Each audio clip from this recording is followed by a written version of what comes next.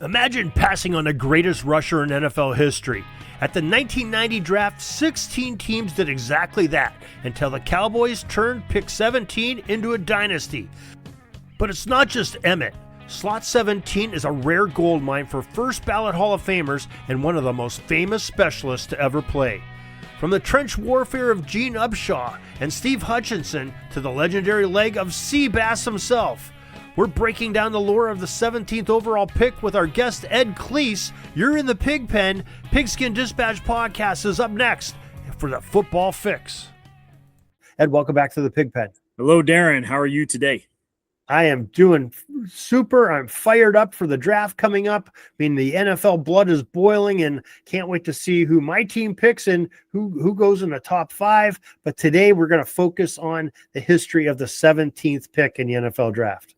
Great. Let's do it. All right. Well, what's your perspective on this draft? So it's a little bit of a reverse of a lot of the trends that we've seen. You know, I feel like on a lot of these, I start by saying it's been kind of weak recently, but in the past, there's been some good ones. This one is reversed.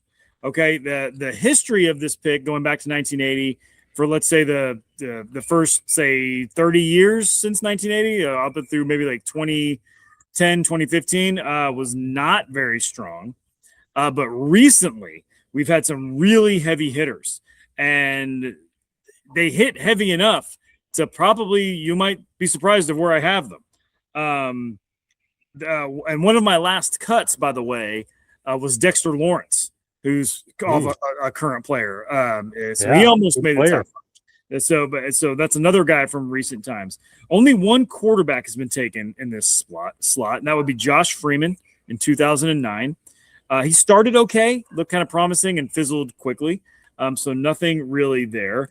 When it comes to busts, I really had a hard time finding anybody that stuck out in any kind of super egregious way. But I did, I go down a lot of rabbit holes, Darin, and I stumbled across Clyde Duncan. Was taken in 1984 as a wide receiver by the then St. Louis Cardinals. He didn't play at all in his rookie year, maybe due to an injury. Then I saw that he only played in 1985. That was it. He caught 4 career passes in his career. And then I found almost no information on him other than that he passed away fairly young at the age of 54. But what's interesting to me and on these like deep dives, and this is the amazing thing about the internet, there's so many lousy things about it, but there's some really cool things. And believe it or not, of his 4 catches, he caught 1 touchdown. And his 1 touchdown was his 4th catch, so his last catch of the NFL, and his only touchdown catch in the NFL. And it came in 1985 on a cold and dreary day in a meaningless game for both the Cardinals and the Redskins. And it came late in the 4th quarter in the game that the Redskins had won. It was a meaningless touchdown for the Cardinals. But you can find it on YouTube.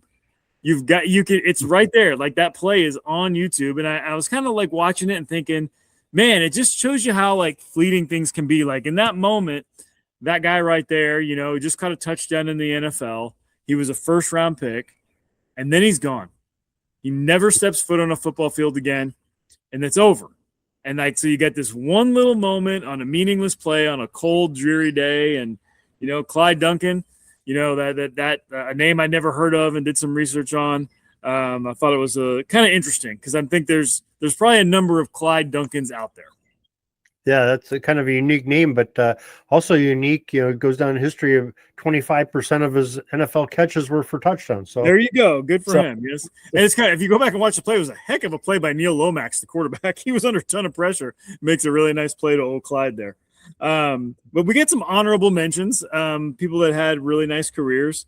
A couple of Patriots linemen, both Nate Solder and Damian Woody, were taken in this at the 17th pick. Neither of them were, like big-time Pro Bowl guys or anything like that, but had long, good careers. Woody played for a number of other teams as well and has been on television since. Also a Patriot, in 1988, the Patriots took John Stevens, running back, and he was Offensive Rookie of the Year that year. So that's a pretty big award. And then not much. I don't know if it was injuries or what happened after that. Those were really bad teams in the late 80s, despite their awesome uniforms. I remember I had John Stevens football cards and stuff like that. So I remember him kind of being a big deal for a year and then being gone. And I also had Leonard Smith, who was taken in 1983, also by the St. Louis Cardinals. He made a Pro Bowl for the Cardinals, and then he started all 16 games for the first two Bills Super Bowl teams at safety. And I remember him. I believe he was number 46. I can picture him in my head. Just a guy that was kind of like always there on those teams, kind of ended his career on a good note with the Bills. And then one guy you'll remember for sure, Darin, and probably more so for his post-career, would be in 1986, the Falcons took Tim Green, defensive lineman. And Green, Green I remember much more for his post-career because he was, for many years, he was an analyst on Fox. He kind of like their C or D team, like the fourth, he's going to do that, that regional game. He did that for a number of years. He was also an author. He's written over 40 books. Wow. He's also an attorney. And unfortunately he's, battling ALS and has been for many years now. But he actually has a podcast where they use AI voice enhancement that sounds just like his real voice. For him to kind of sound off and do a podcast still. That's awesome. Man, he can still communicate and get his word out there. You get just a really interesting guy, kind of a Renaissance man. I remember when he played that he was kind of like that. You could maybe tell that he was had some other things in mind. Published over 40 books and has had a very successful post career despite the unfortunate diagnosis of battling that awful illness that has unfortunately hampered a lot of former NFL players. Yeah, boy, that's a sad story, but we wish him the best, and hopefully he and his family get through that. Yep, for sure.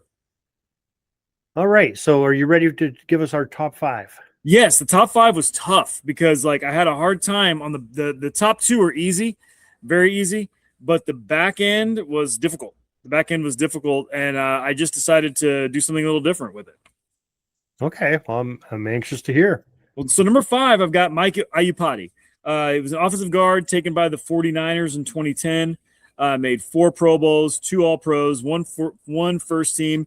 So he played for the 49ers, the Cardinals, and the Seahawks. So he kind of made the rounds for the NFC West teams there. Played on a lot of good teams other than his years with the Cardinals, where they think they're actually okay when he was there too. I was having a little bit of a hard time, so I simply took a good player that played for some good teams, and I thought he was a little bit above some of those other honorable mention guys. No, I remember him. He's a very, very good player. I think that's worthy of the number 5 slot. But I'm anxious to hear who you have at number 4. Number 4 is a guy that's going strong, and that is Derwin James, drafted in 2018, safety by the Chargers. He's a safety that we both know plays a lot more like a linebacker. He's a thumper. So he's 7 years in, and he's already made 4 All-Pro appearances, and he missed almost 2 full years because if you remember, he had a really bad injury that knocked him out kind of early in the season, missed the whole next year. So he missed a lot of time. He's been super healthy since then. So he's really only played 5 years. And he started every game the last 3 years. He's a major impact player that plays a little bit more of that linebacker hybrid role. If he keeps this up, he's on a big time track. Yeah, that's tough for a safety when they're rolling him down in the box with the big boys. That's a tough assignment. Real thumper. And number 3, we're going to stay current. And it kind of pains me to have this, to say this, but that's CeeDee Lamb.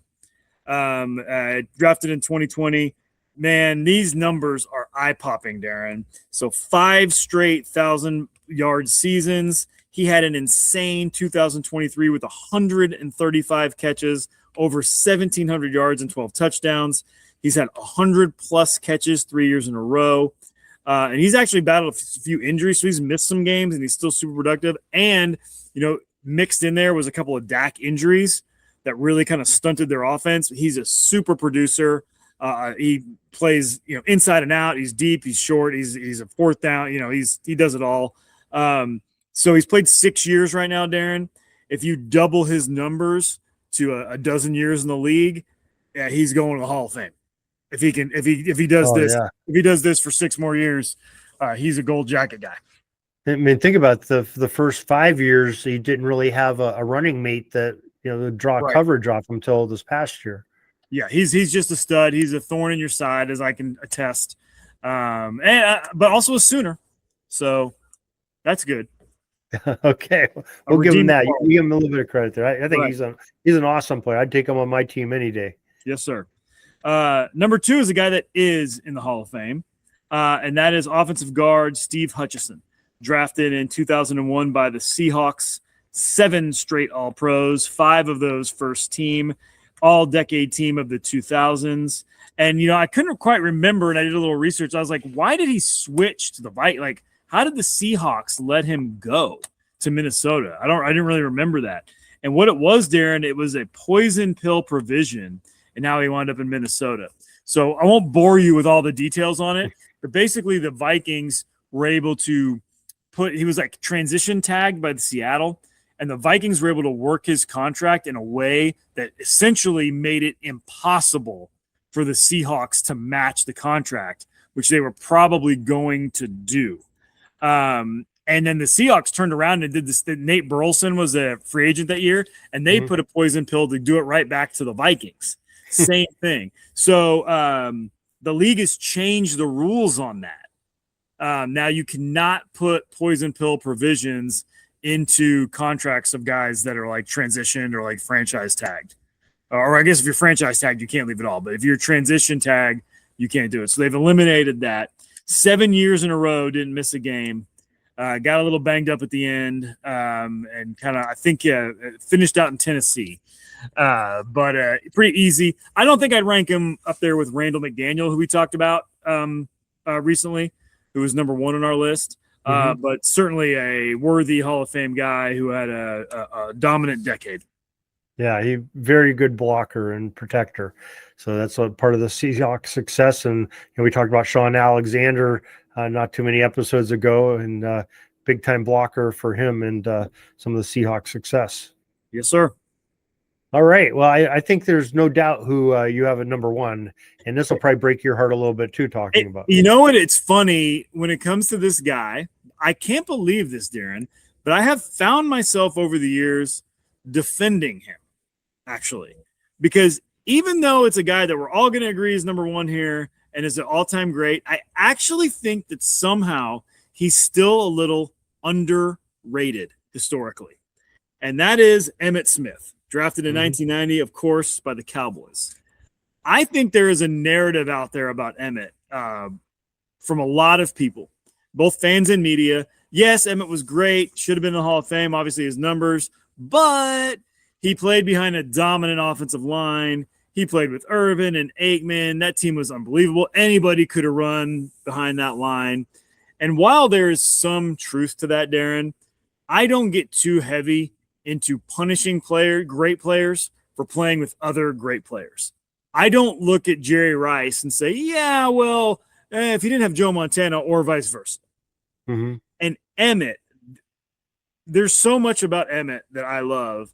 And I think a lot of people will say Jim Brown, Barry Sanders, Walter Payton. Those are usually the names that come to mind when people say, who's the best running back of all time? You almost never hear anybody say Emmitt Smith when it comes to like those rankings.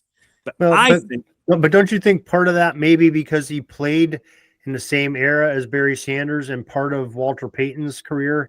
So maybe that was he was overshadowed a little bit, and but playing America's team puts a target on you too a little bit. But we're talking about 11 straight 1,000-yard plus seasons, 11 in a row, and that was starting in his second year. Okay, so his rookie year, he had 937 yards. Then he went 11 straight years with 1,000. And then at age 33, in his 13th year, he rushed for 975 yards. Okay, and then at age 35, he went for 937 yards and 9 touchdowns with the Cardinals. When, he kind of unceremoniously ended his career with a lousy team. But he was still really good. And, of course, he's the all-time leading rusher in the history of the NFL. I think that's a number that we can fairly safely say now is not going to be broken, not with the way the game is played these days and how running backs are used. I think that's very safe. But he's also the all-time postseason rushing yards and postseason touchdown leader. And he was such a beast. He was an undersized guy that you would have thought was like a burner and wasn't. He was an undersized guy that was a bruiser. And there's so many anecdotes. I think the final game of the 93 season when he separated his shoulder against the Giants in the de facto NFC East championship game, last game of the year, and just kept going with them. And I remember Madden's talking, of course, about it. And he's holding his shoulder. You can tell he's in pain. It's literally separated. The guy is taking the ball play after play, smashing himself into the line. There was a game, the first game of the 99 season, which I hate to bring up because it was a big comeback by the Cowboys. Emmett kind of straps him on the back, and he's grinding out yards. He's pumping his fists. He was just a beast. He was a monster. He was a winner. He was a guy that could get you the tough yards. He would get you the big yards. He was consistent. He caught the ball fairly well. Emmitt Smith is, if you want to, I mean, I think actually he's better than those guys. And most people will disagree with me on that. But he's, without question, undeniably, the best number 17 pick of all time. And I think we can at least agree on that. Yeah, definitely the best 17 pick of all time. I think it's debatable that I don't know that he's better than Brown or Peyton or even Sanders, but that's a debate that makes football fun. And but definitely he's a top 5 back of all time and the leading rusher. Like you said, he's when you have that accolade on your resume, that's a pretty strong contention for being a top one. It's pretty much a mic drop. Right. That's for sure. Well, we had, and he was one of our Hall of Famers. We said there was 4, some pretty good names on this list here. We had Gene Upshaw, who was drafted by the Raiders all the way back in 1967.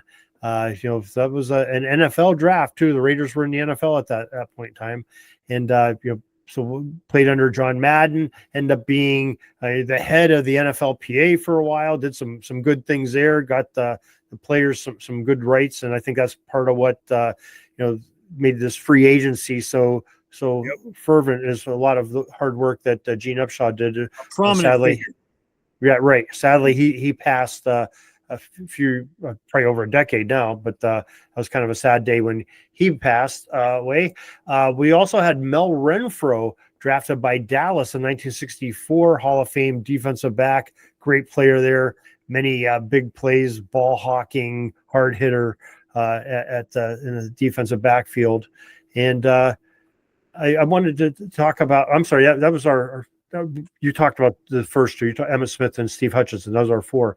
But I also wanted to mention one of your favorite quarterbacks of all time, Doug Williams, was drafted by Tampa Bay in 1978. Their first year in the league, of course, ended up being a Super Bowl MVP with your Washington Redskins. So yes. good solid player there for Doug Williams. 5 career wins with the Redskins. That's it.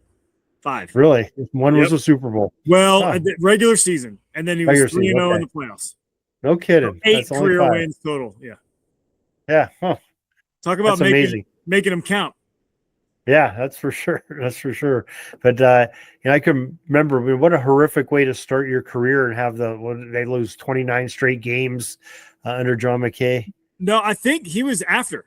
Because if he was drafted, after that, yeah, because he was drafted in 78, they would have been the 76 and 77 would have been their bad years. Oh yeah. I guess the 17th drafted 17. Yeah, and in 79 he played in the NFC Championship game against the Rams. Okay, so he wasn't on the original. The year you guys played the Rams in the Super Bowl. Okay. So that's okay. That makes more sense why he's drafted 17th. I was trying to figure out if they traded or something for him. Yep. But yeah, really, just not a whole lot of big time players from before 1980 played in this, were selected in this spot. So, but overall, when you have Emmitt Smith and Hutchinson and Renfro and guys like that, you have some good players in that draft slot. I've talked enough about the Cowboys now. Okay. All right. Well, our most popular drafted position at 17. and it's been done 17 times in the 90 years, is defensive linemen. Both defensive ends, defensive tackles have been taken there to go along with our 4 Hall of Famers. And our draft stat of the day. This talks a little bit about historical consistency. And while active streaks are impressive, the overall consistent is just notable. Notre Dame and Ohio State share the remarkable feat of having a player selected in 82 out of 83 NFL drafts, of the first 83 drafts. I'm sorry. Notre Dame's only miss occurred in 1937. Ohio State's only miss was in 1998. So that's kind of remarkable things. And I think since then, they've also had some added on to those streaks of probably haven't missed a year since. No, especially Ohio State. Goodness. Right. Yeah. So, some good programs going there with them. We've talked a lot about Oklahoma, USC, Ohio State, Notre Dame, and it's all because, they're good programs and have been producing for decades. So, well, that wraps up our show for number 17, Slots History, and we will be back tomorrow with number 16. Glad you could join us, Ed, and we'll talk to you again tomorrow. See you tomorrow, Darin. That's all the football history we have today, folks. Join us back tomorrow for more of your football history. We invite you to check out our website, pigskindispatch.com, not only to see the daily football history, but to experience positive football with our many articles on the good people of the game, as well as our own football comic strip, Cleat Marks Comics. Pigskindispatch.com is also on social media outlets, Facebook, Twitter, Instagram, and don't forget the Pigskin Dispatch YouTube channel to get all of your positive football news and history. Special thanks to the talents of Mike and Gene Monroe, as well as Jason Neff for letting us use their music during our podcast. This podcast is part of the Sports History Network, your headquarters for the yesteryear of your favorite sport. You can learn more at sportshistorynetwork.com.